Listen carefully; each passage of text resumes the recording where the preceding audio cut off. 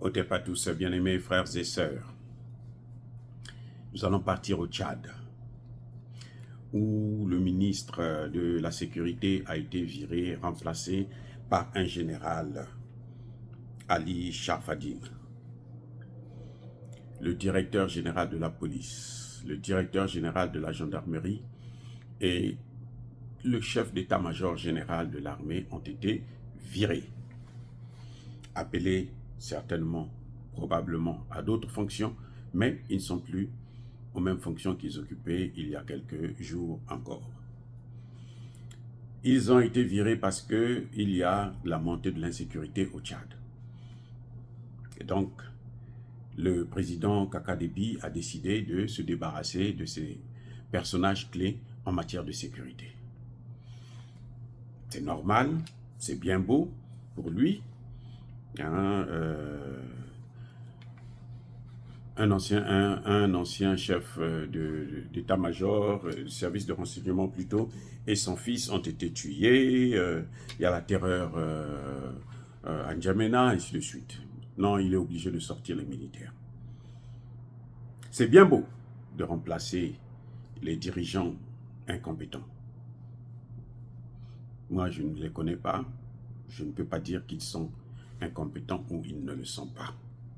Mais, bien-aimés frères et sœurs,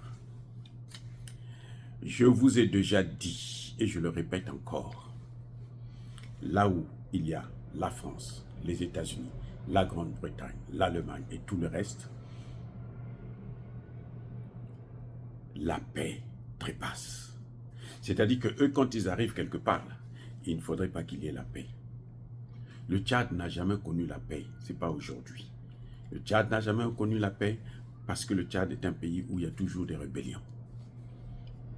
Maintenant, Kaka Déby a réussi à fédérer ces rebelles-là pour les intégrer, encore les réintégrer dans la société. En tout cas, pour la plupart d'entre eux. Mais ce que Kaka Déby a oublié, et ce qu'il oublie toujours, ce que beaucoup de chefs d'État africains oublient, c'est que les rebelles, en fait, ce sont d'abord les Français. Il n'y a pas de rébellion s'il n'y a pas la France. Il n'y a pas de rébellion s'il n'y a pas les États-Unis. Il n'y a pas de rébellion s'il n'y a pas l'Union européenne.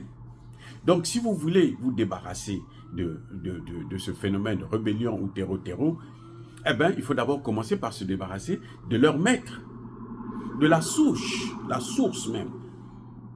On coupe un arbre à la racine pour qu'il ne puisse pas pousser. Si vous coupez les branches, d'autres branches vont sortir.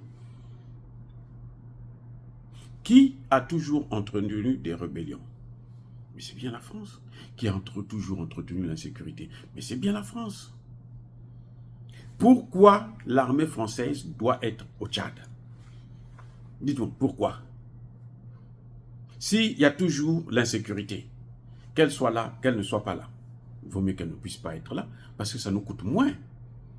Oui. Puisque ces mêmes gens, quand ils meurent là, sur le terrain là, c'est le Tchad qui paye, qui dédommage les familles de ces gens-là, qui paye le déplacement pour amener le corps en France. C'est le Tchad qui le fait. Ça a toujours été comme ça dans nos pays. Même leurs salaires là sont payés par les Tchadiens. Mais pourquoi tu vas t'emmerder avec tous ces gens-là? Oui, c'est ça le problème que je reproche à Kaka Déby. Autant je le soutiens parce que face à Succès Masra, je préfère de loin Kaka Déby parce que Succès Masra, ce serait la catastrophe. Mais il y a quand même une chose qu'il faut comprendre. Tu chasses les Américains, tu gardes les Français. Tu crois que tu as réglé le problème? Non. C'est comme Touadéra. Ils chassent les Français, ils gardent les Américains, ils gardent les Nations Unies. Dans les Nations Unies, au sein des Nations Unies, là, il y a un contingent français. Au sein des Nations Unies, là, il y a un contingent rwandais, des génocidaires. Depuis 30 ans, ils ont pris en otage la RDC. Tu les gardes. Il ne faut pas t'attendre à ce que tu sois en paix, que tu te développes, que tu... Non, tu ne peux pas avancer. Vous voyez la différence? C'est le Centrafrique qui a commencé à coopérer avec la Russie, à changer de partenaire. C'est le Centrafrique qui a montré la voie au Mali. Et le Mali a montré la voie au Burkina, et puis ils ont montré la voie au Niger. Aujourd'hui, le Mali, le Burkina, le Niger sont plus avancés que la RCA. Le Niger, là, est plus avancé que la RCA. Pourquoi? Mais parce que vous avez les Nations Unies. Ça freine les Nations Unies que vous voyez là. Les États-Unis qui sont là, ça freine. Ça vous freine.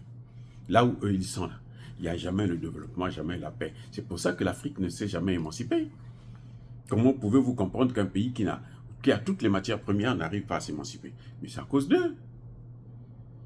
Et ils font que chercher des guerres partout. En ce moment, ils attendent vivement la mort de Paul Biya pour déstabiliser le Cameroun.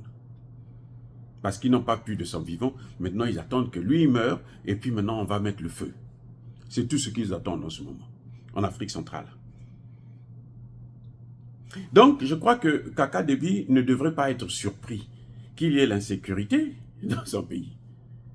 Je vous ai dit, et je le répète encore, que ce soit au Tchad, que ce soit au Sénégal, lors des mouvements, des marches et autres, s'il y a eu des morts, ce ne sont pas les gouvernements plutôt qui sont responsables. C'est pas nos polices, nos leaders, nos policiers là, qui sont africains, formés.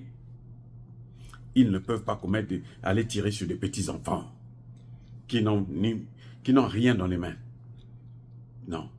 Ceux qui ont tiré là, ce sont ceux qui ont été, ça peut être des Tchadiens, ça peut être des Sénégalais, mais pas envoyés par le gouvernement.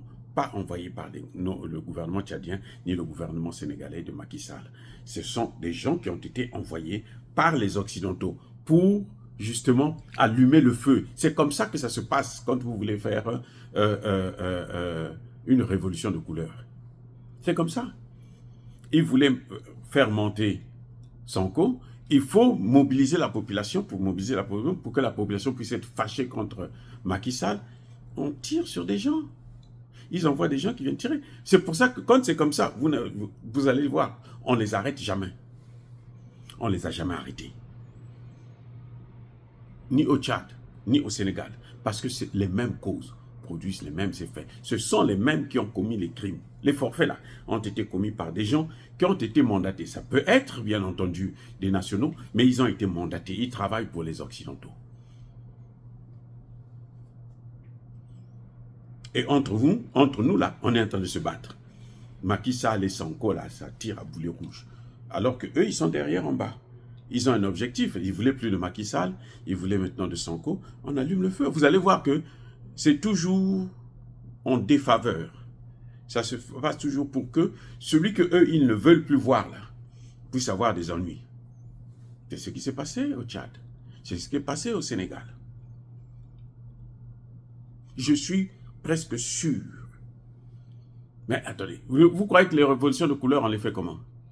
Ils vont vous dire ce qu'ils ont mis, comment ils ont mis le feu? Non, ils ne vous disent pas. Mais c'est comme ça que vous savez que ça, c'est une révolution. C'est qu'après que les gens se diront, oh, mais c'était... Non. C'est après qu'on a compris que non. Mais Succès Masra a travaillé pour eux. Donc, pour monter le feu, là, c'est pareil. C'est comme aujourd'hui, Kémy Séba va au Bénin, vous allez voir que, bon, il y aura s'il organise une marche, vous allez voir qu'il y aura des morts. Juste pour salir Patrice Talon. Je ne dis pas que Patrice Talon est un saint. Je ne dis pas que Macky Sall est un saint. Je ne dis pas que Kaka Déby est un saint. Je dis qu'eux, ils sont derrière pour allumer le feu parce qu'ils veulent changer de régime. Ils veulent mettre leur homme à la place. Et ils font des choses pareilles. Donc, M. Kaka Déby doit savoir que là où il y a les Français, il doit forcément avoir l'insécurité. C'est le prix à payer. Vous avez les Français, vous avez l'insécurité, à moins que vous leur donnez la gestion du pays. Si eux, ils gèrent le pays, il n'y a pas de problème. Il n'y aura pas d'insécurité. Il y aura seulement le chaos économique. Eh oui, parce qu'ils vont tout piller. Mais s'ils ne gèrent pas le pays, vous allez voir l'insécurité, comment ça va grandir. Oh les amis, soyez bénis, abondamment bénis par le Dieu des Kémites et par nos ancêtres évangélisés.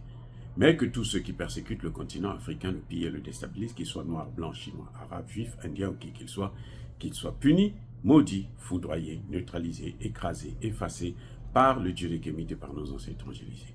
Vive l'Afrique éternelle, j'ai dit et j'assume.